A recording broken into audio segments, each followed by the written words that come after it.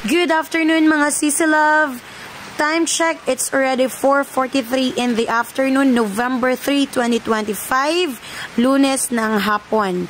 Makikita ninyo sa ating screen, mag-update tayo ng ating panahon gamit itong zoom.earth/maps/win.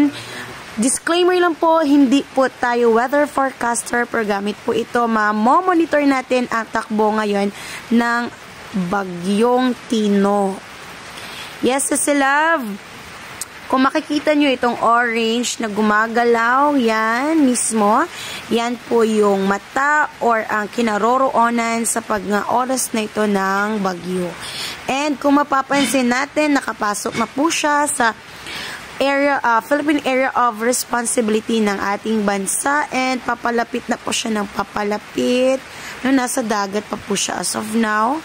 And kung makikita nyo yung dots and lines na orange, yan po yung magiging path ng bagyo na susundan niya para sa hanggang makalabas siya ng bansa.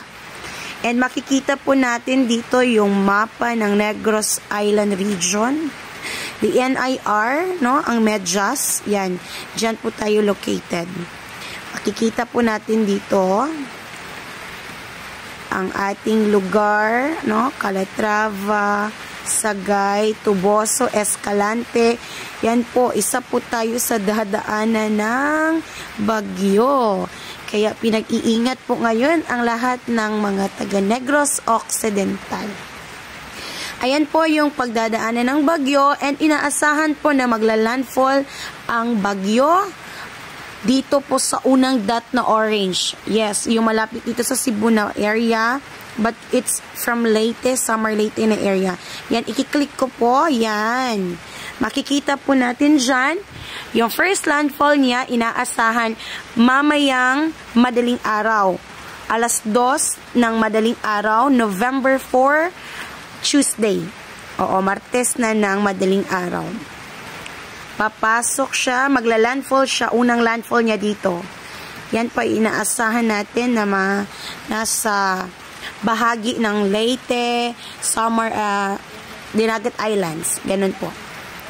And then, hanggang papasok po siya, makikita natin yung takbo niya dito. Yan po. Panoorin nyo guys, yung takbo nitong orange ng logo. Yan po yung bagyo mismo. Yan, papasok po siya dito sa Negros Occidental na area. On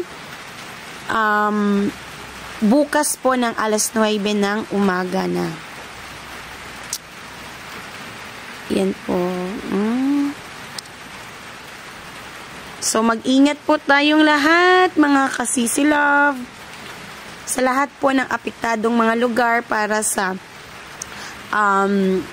Bagyong Tino sa loob ng 2 araw.